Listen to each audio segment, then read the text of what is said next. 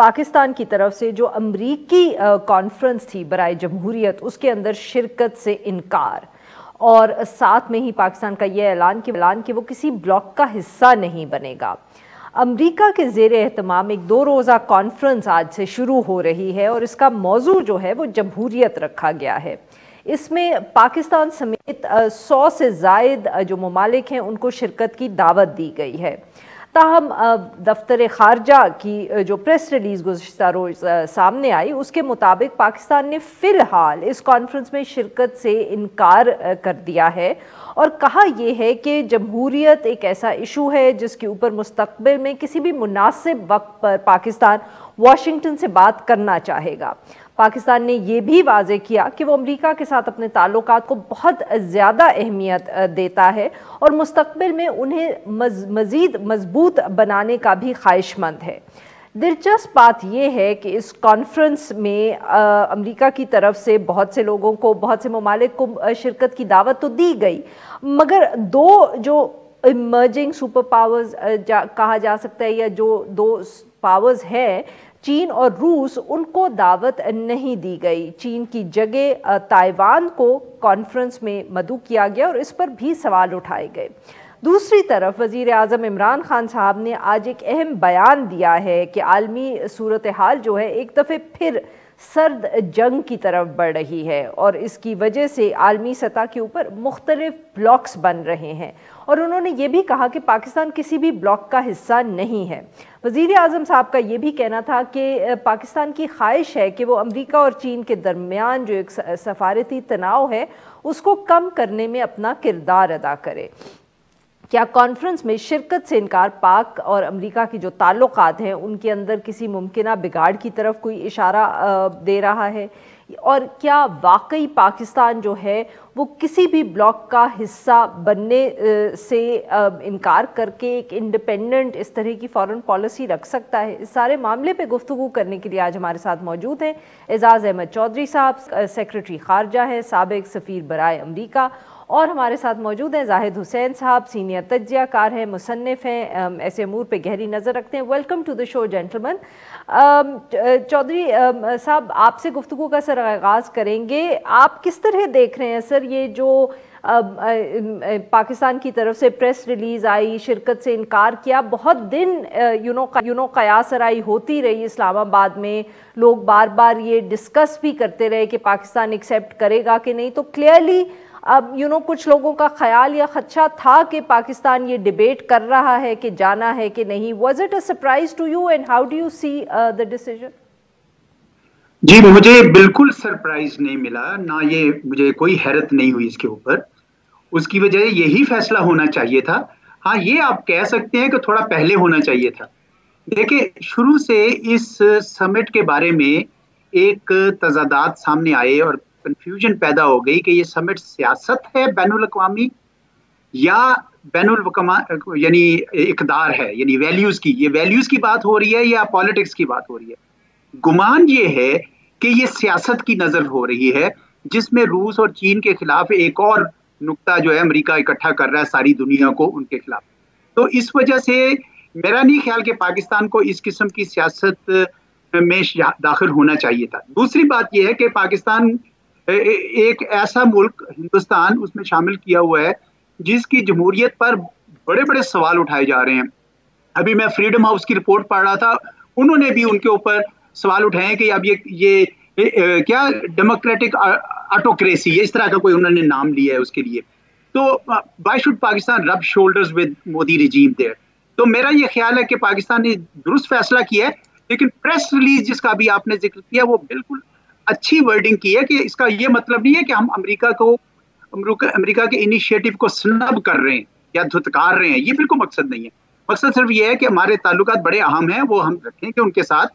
लेकिन ये फोरम जो बन रहा है, ये फोरम सिलेक्टिव फोरम है। 110 मुल्क अपने हाथ से चुन लिए हैं। बहुत सारे मैंने मकाले देखे हैं जिसमें लोगों ने कहा कि भाई आपने ये किस क्राइटेरिया पे किया है, यानी हिंदुस्तान को कर लिया और कई और ऐसे ममालिक हैं जिनको, इराक को या दूसरों को, कुछ को कर लिया, जिनकी यानी जमहूरियत के क्रेडेंशियल्स के ऊपर अब सवालिया निशान आगे हुए हैं। तो मैं समझता हूँ कि ये दुरुस्त फैसला था और मुझे हकीकत है कि बिल्कुल इस पे हैरानी हुई।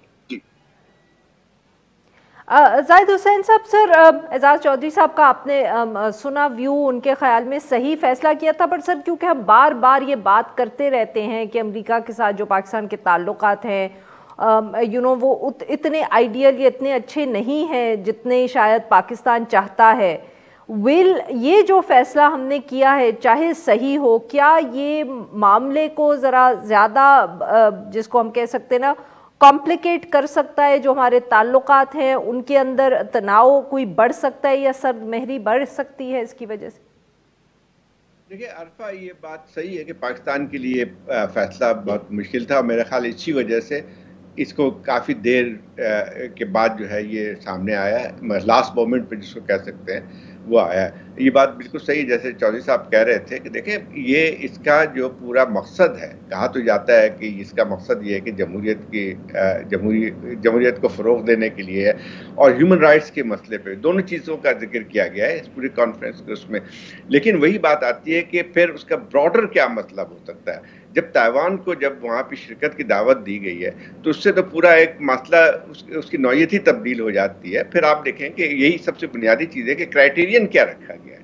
क्राइटेरियन ये रखा गया है कि इकट्ठा उन ममालिक को किया जाए, और यकीनी बात ये है कि ये जो खदशात हैं चाइना और रशिया के, वो गलत नहीं है कि ये शायद एक लिहाज से एक ब्लॉक खड़ा किया जा रहा है उनके खिलाफ। इसमें टर्की भी शामिल नहीं है।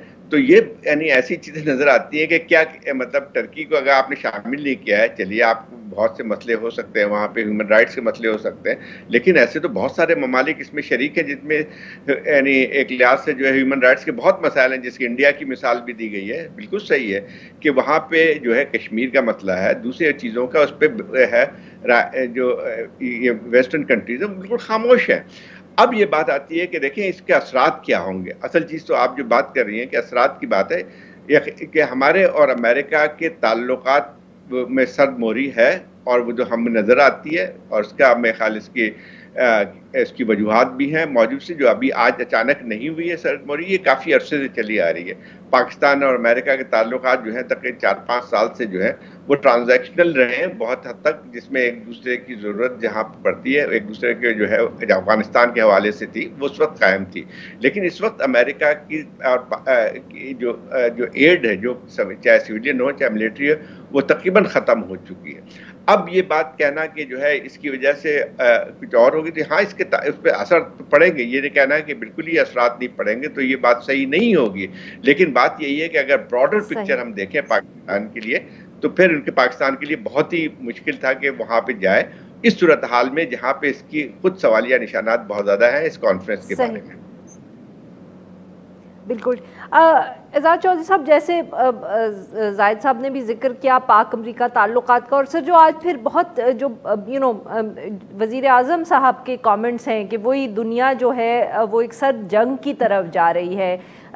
चीन और अमेरिका के अगर हम ताल्लुकात देखें तो ये एक डेमोक्रेसी की जो कॉन्फ्रेंस है, ये एक वाहिद इशू नहीं है। ये सर क्या सचमुच अब ऐसे दो ब्लॉक्स बन रहे हैं जिसकी वजह से पाकिस्तान के ऊपर दबाव बढ़ सकता है इन टर्म्स के आप साइड चूज करें, फैसला करें आपने किस तरफ जाना है? पहले आप the recent events, do they point towards two blocks emerging? जी, मेरा भी ये ख्याल है कि दोनों मुल्क सर्द जंग की तरफ बढ़ रहे हैं, और इसमें अमेरिका की तरफ से पहल ज़्यादा है। ये जो उन्होंने ब्लॉक्स बना रहे हैं, जिस तरीके से क्वाड बनाया हुआ है जापान, ऑस्ट्रेलिया और हिंदुस्तान के साथ मिलकर, फिर उन्होंने अभी आइकस किया है ऑस्ट्रेलिया, यूके और अमेरिका ने, तो ये अमेरिका की तरफ से तो ये शुरुआत इवेंट्स पे सर बॉयकॉट कर रहे हैं। जी जी जी। तो अब ये उन्होंने अमेरिका की तरफ से तो मामला आगे, अच्छा चीन शुरू से नहीं चाह रहा, क्योंकि चीन अभी मेरा ख्याल में समझता है कि उसको मुकम्मल सुपर पावर बनने के लिए कुछ और वक्त दरकार है। तो चीन की तरफ से तो वाज़ेह सिग्नल थे, जब शी साहब की और बाइडेन साहब की जो गुफ्तगू हुई, वर्चुअल समिट हुई, तो उसमें भी ये साफ नज़र आ रहा था कि प्रेसिडेंट शी पीसफुल को एग्जिस्टेंस की बात करते थे और कोशिश कर रहे थे कि इसको आगे बढ़ा, यानी अभी कन्फ्रंटेशन ना बढ़ाई जाए, लेकिन मामला उस तरफ ही चल रहा है। और इसलिए मेरे ख्याल में वज़ीर आज़म साहब ने आज, हमारा ही इंस्टीट्यूट था, इंस्टीट्यूट ऑफ स्ट्रेटेजिक स्टडीज़, वहाँ पे ही इन्होंने इस बात का इजहार किया, और मेरे ख्याल में ये उनकी अपनी राय भी होगी, और मेरे ख्याल में हमारी इंस्टीट्यूशंस की तरफ से भी यही राय गई है कि पाकिस्तान को किसी ब्लॉक का हिस्सा नहीं बनना चाहिए। पाकिस्तान को कोशिश करनी चाहिए कि इनके दरमियान सर्द जंग भी उस तरह की शुरू ना हो। तो मेरा ख्याल में मौक़िफ़ जो है इस मामले में दुरुस्त है, लेकिन इसमें कोई शक नहीं है, आप सही कह रही हैं कि ब्लॉक्स जो है ना आहिस्ता आहिस्ता बन रहे हैं।